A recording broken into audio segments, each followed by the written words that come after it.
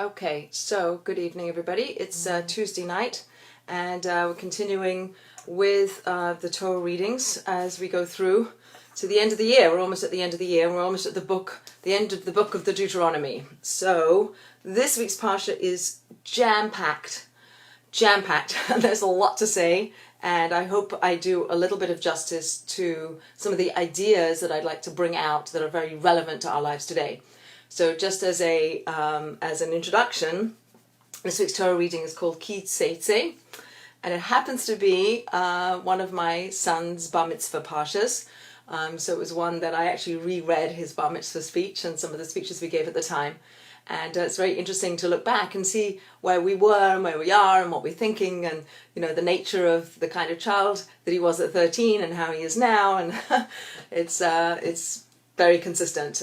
So this week's Torah portion actually really does speak about a lot of things about families and about relationships and about the relationship between a child and a parent. And it begins with oftentimes the beginning of a Torah reading. The name of it is the beginning, how it begins. So when you go out to war, teitze, when you will go out to war against your enemies, and Hashem your God will deliver them into your hand, and you will capture its captivity. And it goes on to speak about actual physical wars, but many of the commentators speak about this idea of going out to war. What does it mean to go out to war? Obviously, there's physical wars, but there's also spiritual battles.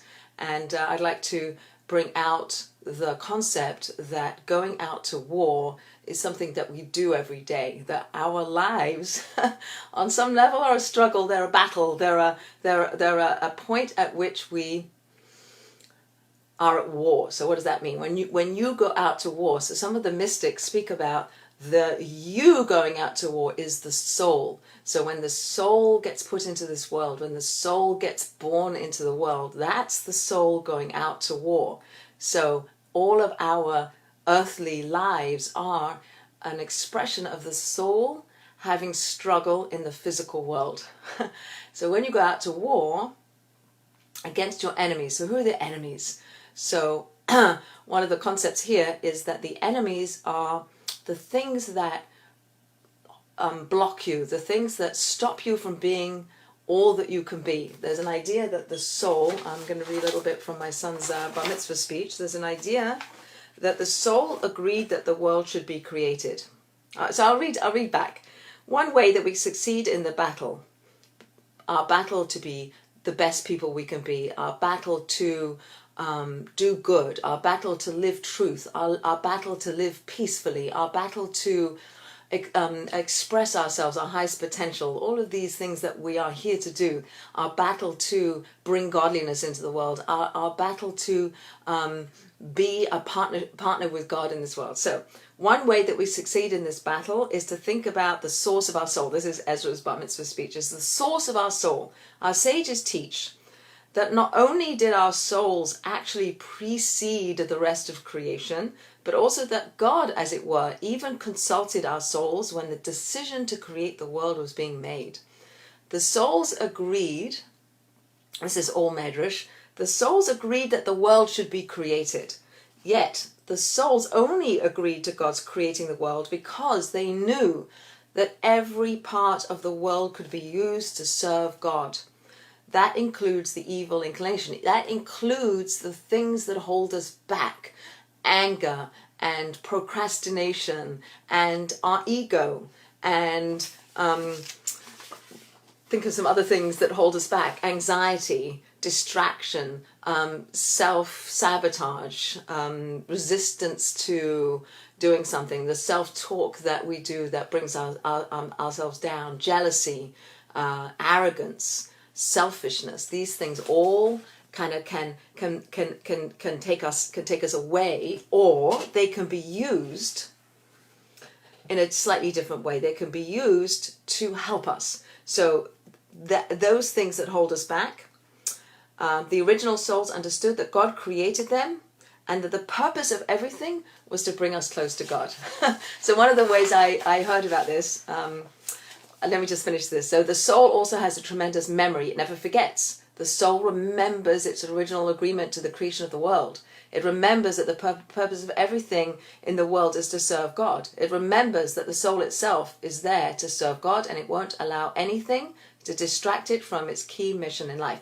So if we had that attitude, if we understood that everything that exists in the whole world is here to help us and to bring godliness into the world and to help us express ourselves, then even those things that block us are tools to help us be our best selves. So one way I heard about this is that the teitze, this thing that's trying to block us, is like an opponent on a basketball court. So you're there playing basketball, and if you're there on your own playing basketball, there's no challenge. You just run up and down the court and you do your thing. But if you have somebody opposing you, if you have somebody who's trying to get the ball from you, if someone is trying to block you, and you do all the side steps you have to do, and you do all your bouncing the balls, and you do all the tricks you have to do, and you maneuver yourself, and and then you throw the ball in the net and you get it in. Wow, you've really achieved something. You've really kind of put your all into it. It's become something that's really passionate, something that you've had to work for, and you've had to bring it out. It wasn't given to you on a silver platter. It was something you had to work for.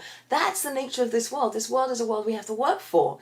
So when we start off this Torah portion by saying, it's not if you go out to war, when you go out to war against your enemies, against these things that block you, but you try, and you have passion, and you have desire, and you have yearning, and you recognize that everything in the world is put in your place to help you be your best selves, right? Then God will deliver them into your hand, and you will capture its captivity. You will succeed. Now, it doesn't necessarily mean that we'll get to the end of our lives and we won't be angry anymore and we won't be jealous anymore.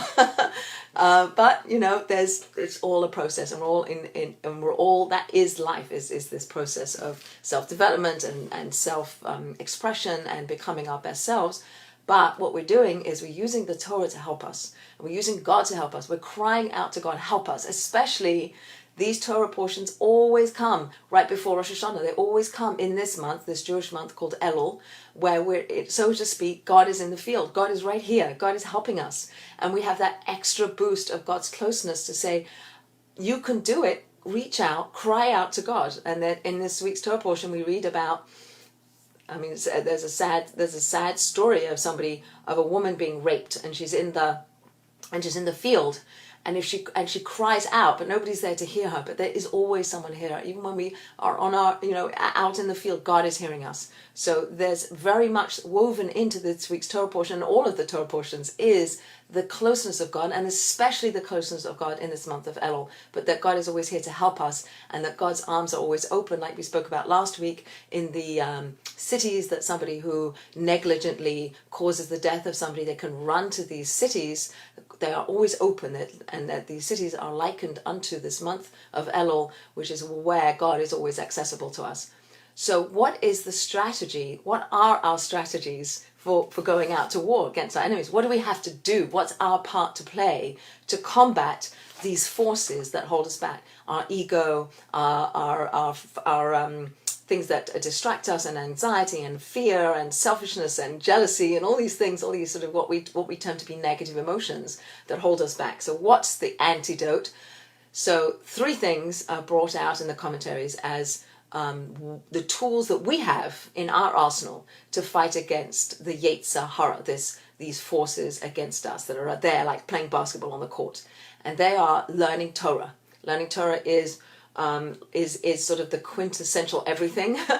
Learning Torah gives us truth. It gives us passion. It gives us inspiration. It gives us knowledge outside of ourselves. It allows us to transcend our day-to-day lives. It takes us into the words of God and helps us to see outside into the bigger picture. Torah learning is number 1. Maybe not in this order. Number 2 is praying, saying Shema. Shema, we spoke about this last week.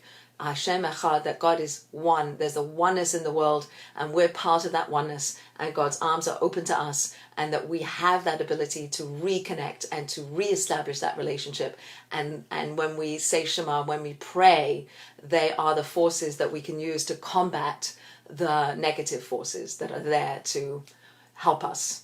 Okay? And the third thing, so it's prayer and Shema and learning Torah. And the third one is contemplating the day of death. So it sounds a little depressing, but if we think about that and we actually recognize and actually internalize, and that's exactly what we do in Yom Kippur. We sort of play dead, so to speak. We wear white clothing like the shrouds that a dead person is dressed in. And we're washed, and we don't eat, and we don't drink, and we don't put lotions on ourselves, and we don't engage in sexual activity, and all the things that on some level kind of are like a dead person. Like we have that aspect of understanding that our lives are finite in this world, that we will come to an end. And when we think about that, let's use that as a life-affirming message of saying, I know my days will end, therefore I have to use these days really well. I have to work on them, and I have to work on myself, and I have to improve myself, and it matters because I'm not going to be here forever, and I want to make sure that I do the best job I can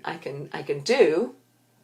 So therefore, I'm going to learn Torah, I'm going to pray, and I'm going to think about that, because that's going to motivate me, hopefully, to work on myself and to work on bringing godliness into the world and having the mission and doing the mission that the soul was sent into this world to do. So when we read this week's Torah portion, it is, I believe it's the Torah reading with the most commandments in it, with the most mitzvot in them. So again, mitzvot is not translated as a good deed, although some mitzvot are good deeds. Mitzvot are the channels and the opportunities and the tools God gives us to connect ourselves to God, to the infinite, to the oneness, to be like God.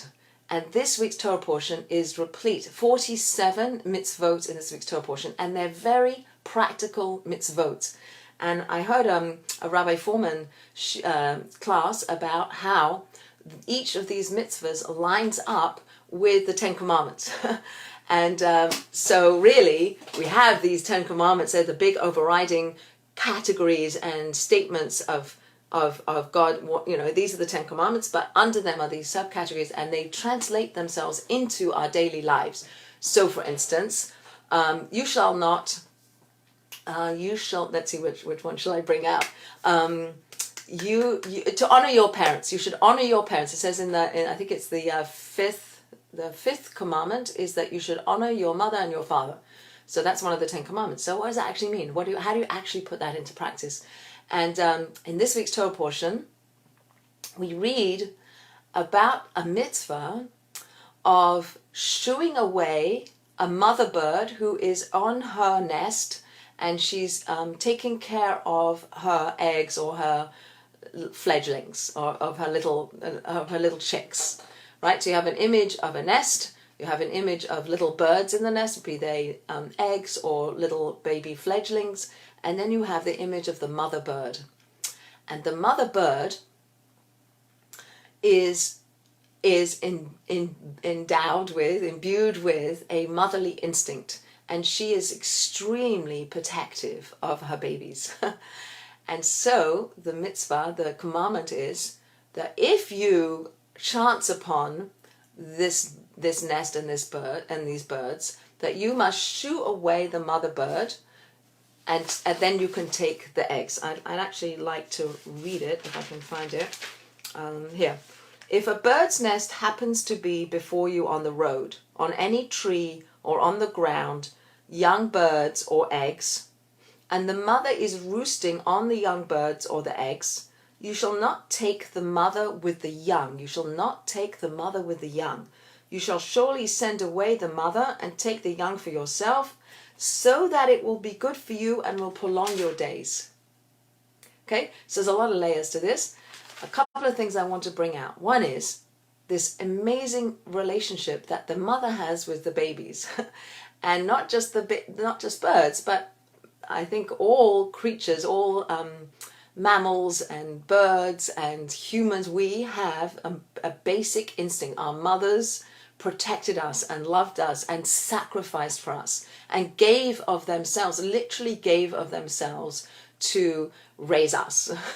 Hopefully that was the experience that we had on some level. We maybe don't recognize it when we were children, but then our parents sacrificed a lot for us, to provide for us, to teach us, to get up in the middle of the night and feed us, to deal with all our foibles, etc., etc., etc. And you can paint a huge picture, whatever picture you want to paint. But at some level, on some level, just to understand this notion that built into the parent-child relationship is this intense love that the parent has for the child.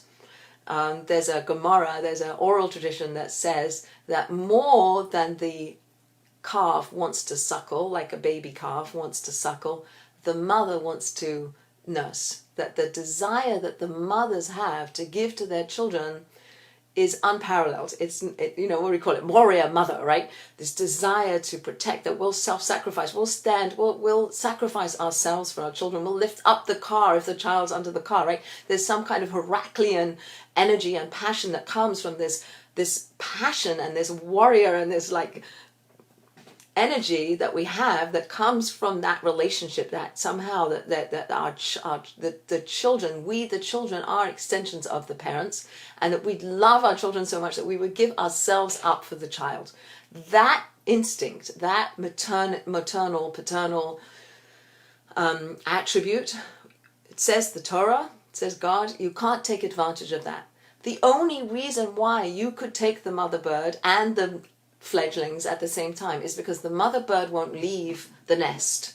When you come along, you the hunter, you the person who just happens upon this nest, when you walk by and you want the eggs, which you're allowed to take, you also have the possibility of taking the mother bird, because she's not going to fly away, she's going to protect her young.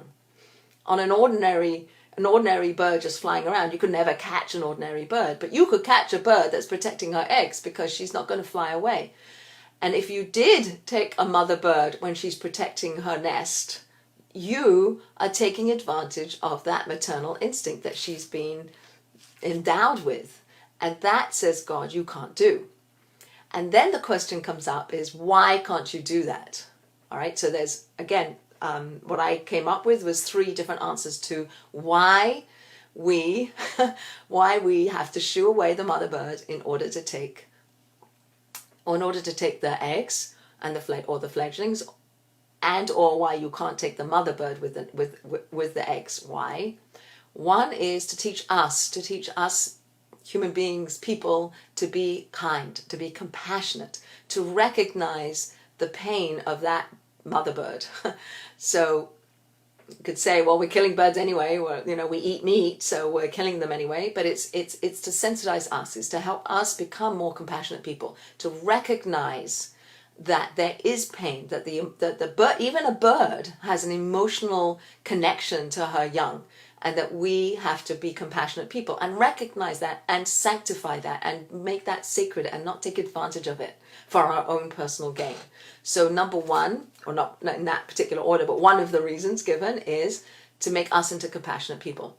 The other one is that we don't want to create more pain for the mother. We are inflicting. It's cruel to the mother bird. So we're making more cruelty exist in the world. We are being cruel by taking that. The mother bird will suffer because of us. So one is causing suffering to the animal. The other is creating us into compassionate people. We want to be compassionate people, and we do not want to be cruel to animals. And the third one is because God says so. And that, I think, is the most fundamental thread through all of these mitzvahs, that as much as we might come up with reasons that make sense to us, and we say, oh, this is the reason why you can't do this and that and the other. However, if we do that, and we don't, at the foundation level, say, God created the world, God created the mitzvot, and these are the things that we have to do to connect ourselves to the oneness of God. So as much as you might come up with reasons that make sense to you, and we should have these reasons, and we should work on our compassionate nature, and we should not be cruel to animals, all of that, but at the bottom line is because God says so. And that's why we don't shoo away. That's why we shoo away the mother bird when we take the eggs. And it says that the reward for that is that it will be good for you, and you will have length of years. The only other mitzvah in the Torah where we have given a reward that said that you will have length of years and it will be good for you is honoring your parents. So honoring the parents, as I said, is one of the 10 Commandments, and it's the big category. And under that category comes shooing away the mother bird. That's part of this whole kind of like aspect of parent to child relationships. But the honoring your parents is a hugely difficult mitzvah. Maybe some people it's easy, but in general it's been given as a very difficult one to do, especially as parents get older, and maybe people are in a sandwich generation and they have their own children, and they're in that generation, or the parents become more and more needy, or more and more sick, or more grouchy, or whatever they become more and more of a burden, whatever, if you see it as a burden, I don't know. I just putting it out there that honoring your parents, truly honoring your parents and caring for them and giving to them and doing for them is hard. And yet, shooing away the mother bird to take the eggs is really easy. That's not a difficult mitzvah to do. Just shoo away the eggs and shoo away the mother and take the eggs. That's an easy mitzvah. Same reward is given to honoring your parents. So from that we can learn that we really don't know the difference between the hard mitzvahs and the easy mitzvahs. If the reward is the same for what's considered a hard mitzvah and what's considered an easy mitzvah, the reward is given is the same, then we can't extrapolate out and say, I know the reward for different mitzvahs. We really don't know. We don't know. And we talked about that back in the Parsha Akev. Akev is the heel. Like there's these little things that we do, and we have no concept really of how big they are in the bigger world, in the bigger picture. To us, they might seem small. To us, it might seem small to shoo away the mother bird. And yet, shooing away the mother bird gives you the same reward as honoring your parents, which is really, really hard. So basically, we really don't know, because most of the mitzvahs we don't get given what the reward is. Actually, as I was rereading the bar mitzvah speeches, there's a bar mitzvah speech that my son Jacob wrote, and he mentioned a story that I'd like to quote about. Let's see if I can find it really quickly. Yes, from Jacob. So it was about a parable, and it's a medrash. So there's a parable that will clarify the mitzvahs, right? So the story goes that there was once a king, always a king, right? And he wanted a garden planted, so he instructed his servants to plant him a royal garden. The Medrash says that he didn't tell his servants how much he would pay for each of the different plants in the garden. Right? So he wants them to go plant a garden, but he's not going to tell them how much he's going to pay them for which trees. The reason being, the most valuable plant is the olive tree, and I'll pay $100 for every olive tree planted, and $50 for every apple tree, and $10 for people who plant flower beds. What would happen if people knew how much I was paying for each of the different plantings? The king would end up with one huge olive orchard. The king didn't want an olive orchard. He wanted a complete and well-balanced royal garden. Furthermore, not only is it not what the king wants, but it's not varied. It's homogeneous. That's why the king withholds the information from his servants. He doesn't want a lot of the most important thing. He wants a well-balanced and beautiful garden with grassy areas and plants and parts that look nice and parts that smell great. He wants an entity that encompasses many different details.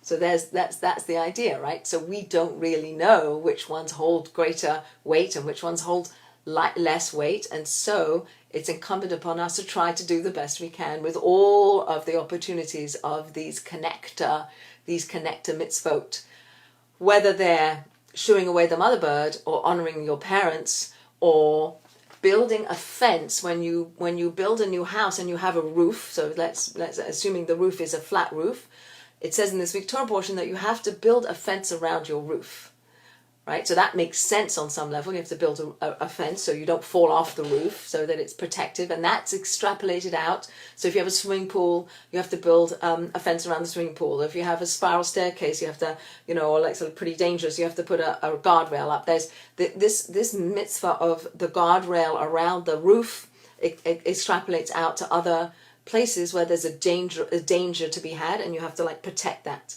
So So in that sense, do we know the reward for doing that? No, we don't know the reward. It doesn't tell us. And yet we're incumbent upon, when we have a house, to build a roof, to build a fence around our roof. Just by the way, a mystical understanding of building a fence around our roofs or around something that's dangerous is our ego, is our desire to think well of ourselves, which is important. But we have to put a fence around that. Like, don't get too haughty, don't get too arrogant, don't allow yourself to be too full of yourself. Like, put a fence around it so you don't get there. I remember talking to a friend of mine once about, she was offered this amazing job, and I said, like, how are you going to stay humble? You're going to have this great job. How are you going to stay humble? And she said, I have children, don't worry. They're going to keep me humble. Whatever it is that keeps you humble, put the fence around it. Make sure that you are working on yourself so that you don't allow yourself to get out of control and fall off the deep end, like get a completely distorted sense of reality. Put that fence up. Just another extrapolation out from this week's Torah portion. So the idea of this showing away the mother bird and how it's paralleled, the same reward is the same reward we have for honoring our parents, and how important that is, and how to really notice the relationship between the parent and the child, and to not take advantage of that. Like, let's not take advantage of the love that our parents have for us, that they want to give to us, that they want to provide for us, they want to protect us, and maybe be grateful for the opportunity we may have had along the way with parents who have sacrificed for us or done things for us, and then what we do to the next generation and how we sacrifice. But we don't expect anything back. It's done unconditionally. Like, my desire to give is independent of their desire to receive. I want to give to them, and I have to learn how to give to them. That's setting boundaries and maybe putting a fence up around my desire to give, so it's not too much and it's not overwhelming and it's portioned out correctly. And so there's a lot of parenting topics that can come up from this week's Torah portion about how to interact with that motherly, fatherly, parental instinct that our parents have to us, and we have, if we're blessed with children, that we have with our children, and how to work that balance correctly, and how to be grateful for it, or how to recognize it, or how to work with it. So that's one thing to think about. Another thing that's mentioned in this week's Torah portion is the oops, did I do something wrong? Oops, nope, go back. What happened? Is everybody still there? I don't know. Could somebody tell me if I'm still there? Got very dark very quickly on my screen, so just tell me if I'm still recording. Can somebody tell me if I'm recording still, please? Can somebody tell me if I'm recording still? Maybe I'm not recording still. Shall I continue? Wait. Shoot, what did I just do?